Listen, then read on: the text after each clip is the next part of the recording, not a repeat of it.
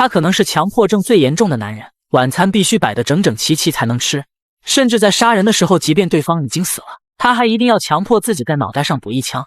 你以为他是职业杀手，其实他是一名会计师。他总是窝在20平米的小事务所里，帮老人们想各种办法省税钱。平时也没有什么爱好，一有空就会去老人们的农场玩射击，毕竟也只有这么大的农场才能让他自由地使用巴雷特的狙击枪。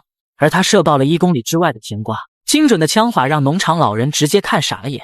而到了晚上，这个叫克里斯的会计师会躲进寝室里，打开重金属摇滚乐和强闪光，在喧闹的环境里用木棍碾压自己的腿，用这极致的痛苦和刺激来治疗自己的自闭症。在狂躁的音乐声中，他又回到了小时候。从小就有重度自闭症的他和弟弟一起被带到了特殊学校，妈妈想把他这个累赘直接丢给学校，但身为军人的父亲却不愿意这么做，他不愿意放弃自己的孩子。而小克里斯的症状确实十分严重，因为找不到拼图碎片就开始焦躁的不停大喊大叫，直到旁边同样有自闭症的小女孩捡起碎片给他，克里斯才停止了叫喊。这块碎片是拼图的最后一块，而克里斯也展现出了惊人的天赋，因为这么复杂的拼图他竟然是反着拼的。但即便是天才，他的妈妈还是受不了了，一意孤行地抛弃了父子3人离他们而去。这对克里斯来说是一段永远无法抹去的痛苦回忆。除了家和事务所，克里斯其实还有一个秘密基地，在一个私人租赁的仓库里藏着一辆他的房车，房车有他的小型军火库，他这些年赚的钱也都藏在这里。而在车厢的天花板上还放着一幅美国抽象表现主义绘画大师杰克逊·波洛克的名作 Freeform 1946，而这幅画价值高达2500万美元。为什么一个小小的会计师会这么有钱？这是因为正常的会计工作只是幌子，克里斯真正的工作其实是专门给黑帮集团洗钱做假账，越是这种危险的工作越是能赚大钱。但一直在网上帮克里斯接单的女管家却告诉他，最近有人盯上他了，所以管家为了安全给他找了个合法的新客户。这家公司是专门做智能一体的高科技公司，因为他们发现账目不知道什么原因少了很大一笔钱，所以经人介绍请了克里斯来帮他们查账。和克里斯见面的财务总监对眼前的年轻人其实也不是十分相信，因为克里斯一开口就要看他们公司15年来所有的账本，这可能是一个会计团队查几个月的工作量，但克里斯就他一个人。财务总监觉得克里斯是个吹牛皮的骗子，但是身为总裁姐姐的女主管却对这个人很感兴趣，她答应了克里斯的要求。而此时金融犯罪科的长官雷蒙发现，在一些大毒枭和犯罪团伙的秘密交易中，有个从不露面的神秘会计师帮他们做账和洗黑钱。而更神奇的是，这个会计师竟然还一直活着，在刀口混饭吃必定有不一般的能力。为了抓住这些大毒枭和犯罪集团，最好的办法就是先抓到知道所有内幕的这名会计师。雷蒙破例提拔了能力突出的女属下梅迪亚，让他把这个人找出来。第二天，克里斯再次来到科技公司的会议室，这里已经堆满了装账本的箱子，会议室里还睡着一个妹子。社恐的克里斯尝试发出各种噪音来吵醒女孩，但妹子睡得实在是太香了，根本就没有一点动静。没有办法，克里斯只能硬着头皮走过去摇醒了女孩。原来这个女孩叫戴娜，是这个公司的小会计。昨天晚上她一个人把所有的账本按年份重新排列好了，所以这就是为啥她一早上在这里睡觉的原因。而且公司的账目的问题也是她发现的，因此财务总监派她来帮助克里斯查账。但没想到身为爱人的克里斯直接拒绝了，他只想自己一个人工作。戴娜只能灰头土脸地离开了会议室。克里斯开始工作了，他用不同颜色的彩笔在所有的玻璃墙上画出所有年份的财务表格。超强的数学天赋让他快速整理和归纳出各种细节和问题。于是乎，他只花了1天时间，就发现了这个公司的问题。这个时候，戴娜又找了过来。克里斯兴奋地告诉戴娜他的发现，原来公司内部有人故意削减了很多利润，把这部分钱挪到了外面的公司。这个时候，女主管进来了，她吃惊地看着满墙的数字，她知道她找对人了。克里斯告诉她，公司一共有6000万的资金流了出去，这可不是一笔小数目。女主管想知道是谁搞的鬼，但克里斯查账的工作还没完全结束，他答应会给女主管一个报告，但没想到到了晚上就出事了。财务总监准备上床睡觉的时候，听到楼下有动静，他来到楼下才发现楼下竟然坐着一个陌生人。原来来人是一个专门替别人做脏活的雇佣兵小队的首领，看来有人是想让财务总监从这个世界上消失。首领并没有动粗，而是用最彬彬有礼的话语说着最心寒的事，他让财务总监自己注射过量的胰岛素，这样自杀他老婆还能领一大笔保险赔偿，要不然2个人都要死。财务总监只能做出他的选择。第二天，克里斯照旧来公司工作，可他却发现清洁工正在擦洗掉他画在玻璃墙上的报表。他刚想上去阻止，没想到总裁这个时候出现了。他很遗憾地告诉克里斯，昨天晚上财务总监自杀死了，如果因为查账导致了他朋友的死亡，那么这件事就可以停止了。克里斯还想再说些什么，但总裁已经不想再见到他了，好像这一切的罪魁祸首就是克里斯一样。克里斯很郁闷，因为这个工作他还没做完，一直以来他都有一个执念，那就是必须完完整整做完一件事情。克里斯心绪不宁地回到家，这一次他开的音乐音量比任何时候都要大，他使劲地推拿着木棍，但依旧挡不住内心的烦躁和骚动。他不想变成小时候那样，一点事情就大喊大叫狂躁无比，但这一次似乎怎么也按捺不住。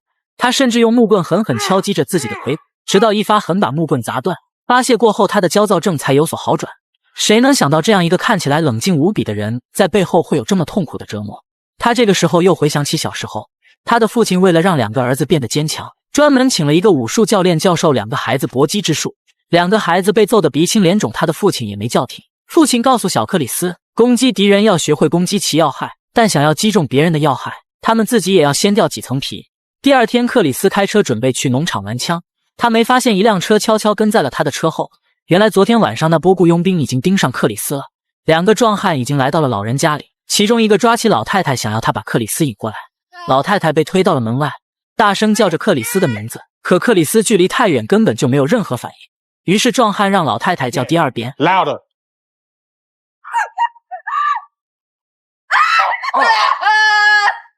原来克里斯已经发现了这边情况不对，他端着狙击枪已经锁定了这个房子。光头壮汉不敢出去，于是挟持两个人一起出了房子，坐上车想逃跑。赶过来的克里斯一枪打得汽车直冒烟，然后他快速跑过来扑到车上，把光头大汉拉到了后车厢。开车的老头一个猛踩刹车，克里斯和光头都被甩到了车前。光头抽出匕首，但是他不是克里斯的对手，几个回合下来就被克里斯用皮带勒住了脖子。克里斯以为是他以前的客户来派人干掉他，但壮汉却掏出一张卡片给他看，竟然是戴娜的门禁卡。原来这些人不光要杀他，还要干掉戴娜，看来是知晓6000万那笔烂账的人都要死。克里斯干掉光头后，和两个已经吓呆掉的两个老人打了个招呼就转身走了。克里斯开车一路狂奔，他要去解救戴娜。在路上他联系上管家，让他马上抹除现在他的所有资料信息，然后给他换个新的身份和另外一个城市的住址，另外帮他找出戴娜的住址。而此时的戴娜也刚刚回家，他不知道身后已经悄悄跟了人。他刚进入家门，门还没关，两名壮汉就直接闯了进来。别看戴娜小小个子，但反抗起来爆发力惊人。他打破一人的脑袋，趁机跑进了厕所。而另外一边，克里斯已经赶到了戴娜的住所。他看到走廊上站着两个杀手，于是他冲了过去。打倒敌人后，克里斯拔出手枪，一枪爆头。从小就接受父亲军事训练的他，出枪果断干净，两枪胸口，一枪头，绝不给敌人留任何反水机会。克里斯爆头进入屋里，而此时另一名壮汉已经闯进了厕所。他躲过克里斯的射击，却被克里斯2、3下就打倒在地上，最后脑袋吃个枪指结束了战斗。克里斯带着戴娜来到了自己的秘密基地，他在换衣服的时候，戴娜在房车里发现了不得了的东西，墙上竟然挂着一幅大画家雷诺阿的真迹。他打开另外一个抽屉，里面放着全部是金条，而镜头的房间里摆满了各种枪支弹药。戴娜傻眼了，他不知道眼前这个救了他一命的男人到底是什么来头。克里斯在房车里拿了钱和一些武器，就带着戴娜住进了一个豪华酒店。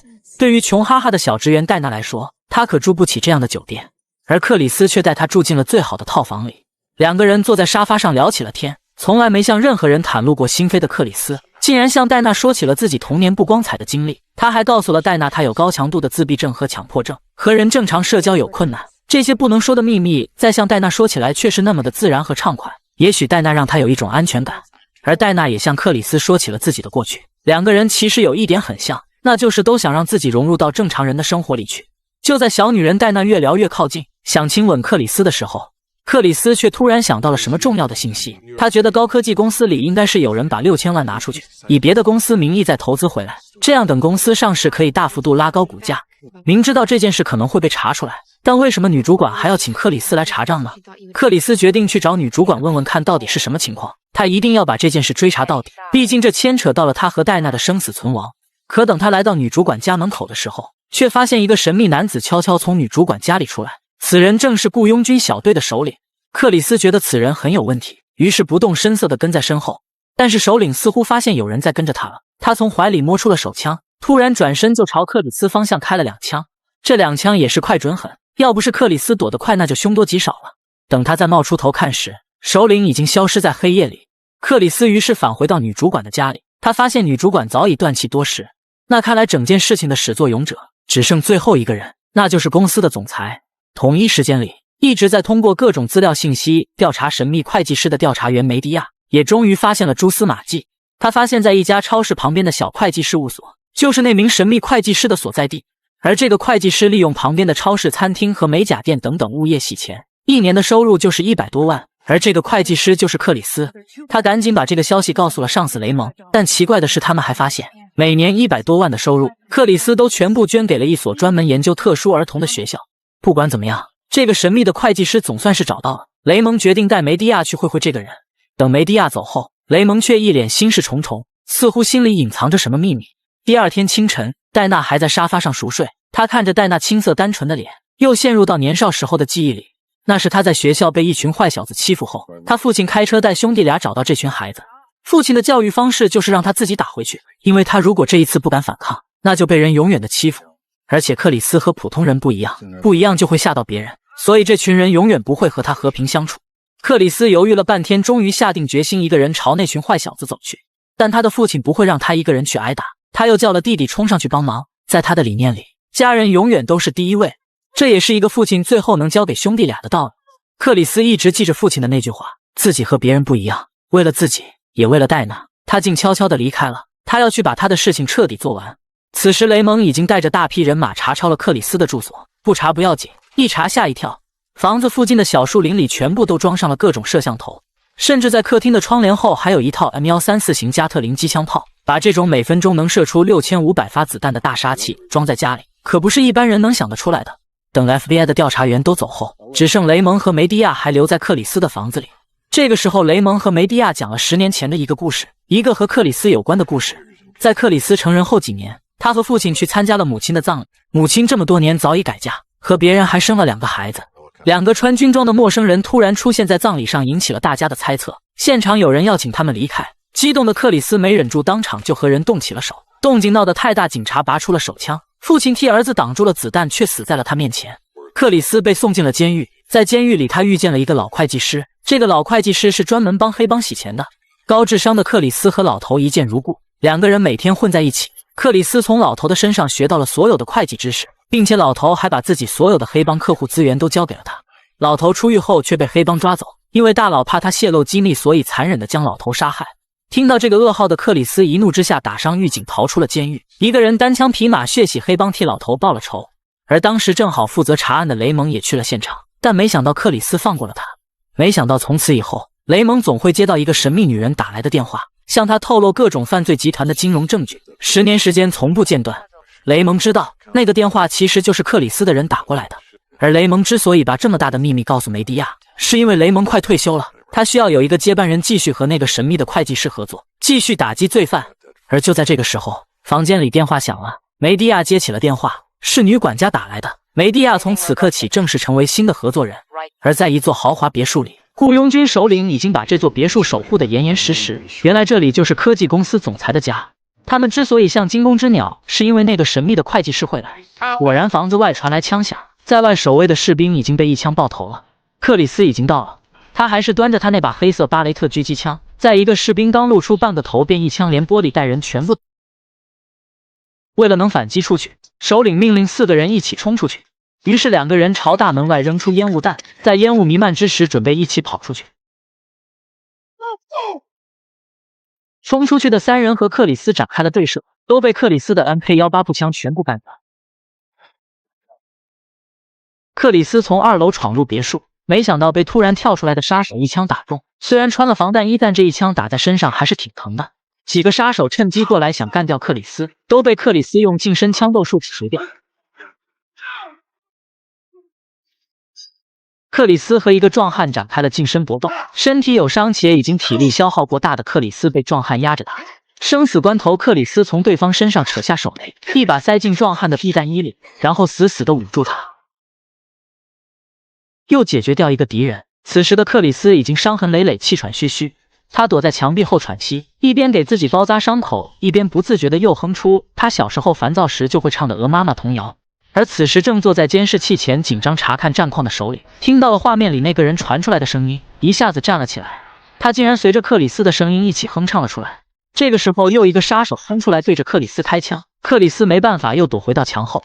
首领突然跑了出来，他赶紧叫自己人停手，但已经杀红眼的杀手根本就不听他的，首领竟然一枪干掉了自己人。克里斯不明所以，直到他回头看清了首领的面容，他终于明白发生了什么事。原来首领就是他多年没见的亲弟弟，兄弟俩10年之后竟然在这种场面相逢。